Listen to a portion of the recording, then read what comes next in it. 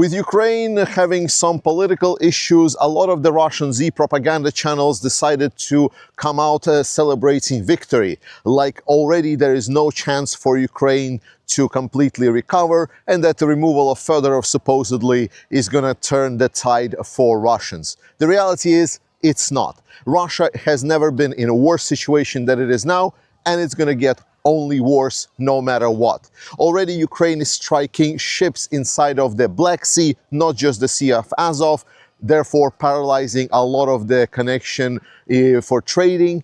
Ukraine is continuously striking Russian oil refining infrastructure, making the situation with fuel and now even diesel fuel, something that Russia produces enormous amounts of, is now being on a little bit of a tight schedule. But more importantly, Ukraine is now striking some of the analog of Russian Amazon warehouses, Wildberries. They are big because they are supplier of all of the Chinese goods for the Russian and including Russian military. Hey there, Georgie here with Ukraine Matters. As always, I'm traveling, therefore we're making a live video. So let's talk about Russia not winning in Ukraine. Z propagandists have been absolutely celebrating the dismissal of Fedorov, and I'm going to touch upon it at the end of this video.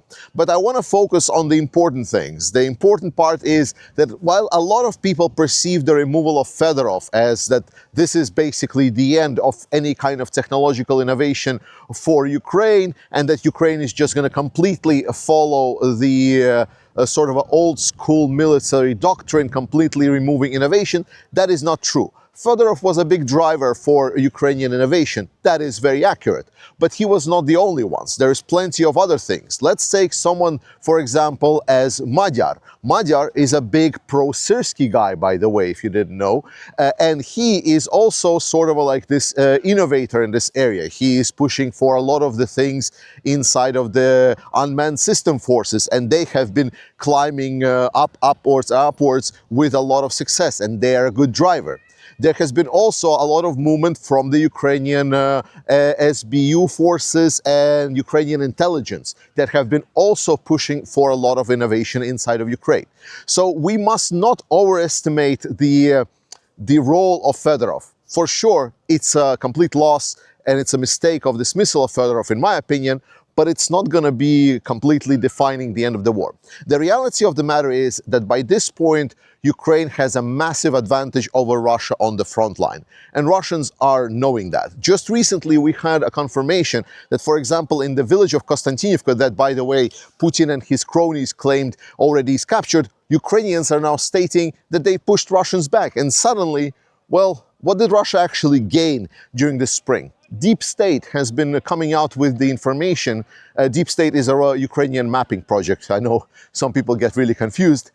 And they came up with the information that actually Ukrainians did some successful counterattacks and have liberated quite a lot of territory, so over 200 square kilometers. Now they're coloring it gray because they're very conservative on that side. But a lot of more other channels are stating that no, Ukrainians are fully in control of these areas and Russians have been pushed back.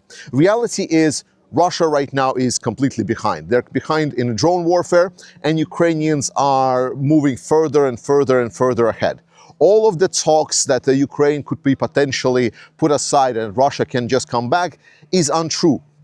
Russia is not really adapting that well. They are adapting. Just yesterday there was news that Russia is now testing their, I can't believe that they're doing it only 4 years since the start of the war, but the general common situational awareness software and solution. They basically finally will be able to get all of their sort of generals in one room and get the feed from all of these drones and all the different front lines, what Ukraine has been using for the last 2.5 years. Russians are like over 2 years behind. All of the successes that Russia has been having, it had because it has major stockpiles of the Soviet equipment. It doesn't have those stockpiles anymore. Russian economy is continuing sloping down. No removal of Fedorov is making this any easier for Russia. There is still plenty of pressure. Now, there is a lot of right now discussions, especially about whether or not Europe is going to accept Ukraine, whether or not there's going to be some kind of secondary security alliance. But all of that is completely irrelevant to whether or not Russia will lose the war. Now, some of you were stating, well, I'm not going to support Ukraine. That is weird because, for example, the fundraisers that we're doing on this channel, we are supporting not the system of Ukraine. We're not supporting Zelensky or the government. We're supporting specifically the people that are fighting at the front lines. And they need your help anytime, no matter the system. To be honest, the system of Ukraine has improved immensely over the last years. It's just Fedorov's removal is maybe like a little bit of a step back. But that doesn't mean that the system has been really deteriorating. So I take those comments with a little bit of grain of salt, and I still think that we need to support all of the people at the front line. So join the fundraiser, sort of to plug it in. But more importantly, this is also what a lot of Ukrainians are understanding. There's a lot of dissatisfaction right now about Syrskyi and what he is bringing to the table. First and foremost, I think that Syrskyi is going to get removed. It is very clear that Zelensky doesn't really hold to Syrskyi as a persona anymore. In political technology, there is an understanding that a person in your political sphere should be removed when he accumulates maximum amount of negativity. So sort of like as soon as you remove someone with a negativity attached, then you suddenly get all of the chances and all of your polls improved. That is part of political technology. So removing Syrskyi is not an issue right now. He accumulated a lot of negativity. But what is an issue for Zelensky is that he wants a smooth transition. There is now pretty confident rumors about mobilization that is going to happen in Russia in September. And to be honest, there is very little doubt that most likely it is going to happen. The numbers of mobilization and why it will not work, I already discussed in a separate video. And in that video, we discuss intensely why it is exactly that mobilization will not help Russia. Russia right now is in dire straits. They have very little options to get out. And the only way how this can go southward is if suddenly Ukraine just stops innovating altogether. And without the Fedorov, it's going to be more problematic. That is why I am advocating for Fedorov to be reinstated as a Minister of Defense, or at least some other position where he will have some actual power. He was proposed the position of the advisor to President Zelensky, that's not really a position that I think Fedorov needs to be in. He needs to have actual influence because Ukraine needs to get further ahead. The whole point of technological advantage is that you have that technological advantage for a certain period of time. It's inevitable that the other side will start adapting to your technologies. They will find a solution. That is just the rules of war. Therefore, we all should be expecting that at some point Russia will adapt to these strikes on their factories. Russia will adapt to the strikes on the oil infrastructure and logistics infrastructure.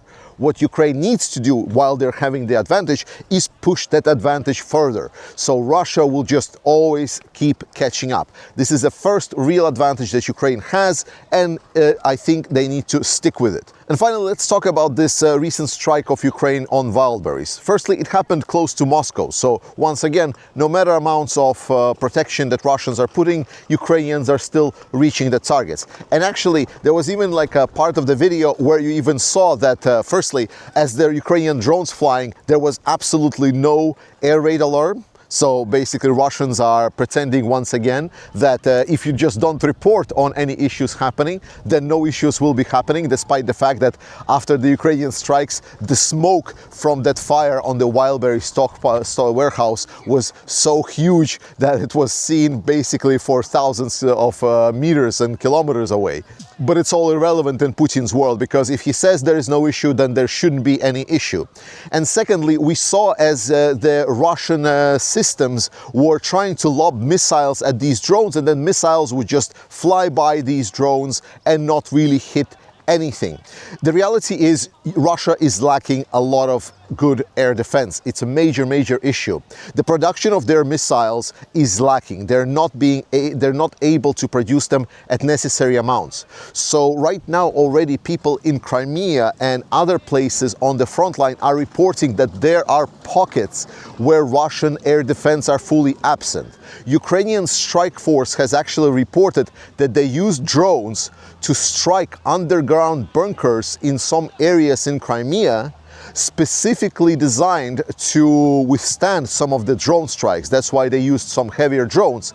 But these heavier drones were able to get into that position and strike those targets specifically because Russia removed all air defenses from the area. Why? Because they need to protect everything else. Russia is really now starting to feel the drip. They're starting to feel that it's becoming really, really hard to protect. And this is only the beginning. There was a strike with ballistic missiles, one of the biggest strike with ballistic missiles on Ukraine. That was very nasty. It's very hard to intercept ballistic missiles. But Ukraine is working. France and Germany has stated that they will be working on the anti-ballistic systems together, hopefully to supply to Ukraine. Ukraine is now supposedly going to get license from United States to produce Patriot missiles. It's going to take some time to come up, but it's still a bonus that Ukraine can finally do something about it. But the best part is that we know for sure that Ukrainian ballistics are coming, and they're coming briefly. Because if, for now, there are certain areas inside of Russia where Ukrainian drones just cannot reach, where they just cannot really get past maybe ultra-layered air defenses, as soon as Ukraine is going to have ballistics, it's gone. Everything in Russia becomes exposed, and then nothing is going to save Russia. Russia doesn't have an option to win this. Russia doesn't have an option to get out. No amount of people that they mobilize is going to solve these problems, these looming disasters that are coming Russians' way. And it's only gonna get worse. That is why we support Ukraine. That is why we support Ukrainian armed forces. Not because of what is happening in the political sphere or whatever. This is Ukrainian internal question to make sure they improve their country. We must voice our opinion and understand it, but that shouldn't stop you, because the main thing for us all is to stop Russia, because Russia must learn once and for all that they should get the hell out of Ukraine or Europe and never come back. Trust in Ukraine, support Ukrainian armed forces. I love you. SLAVA UKRAINY, and I will see you next time.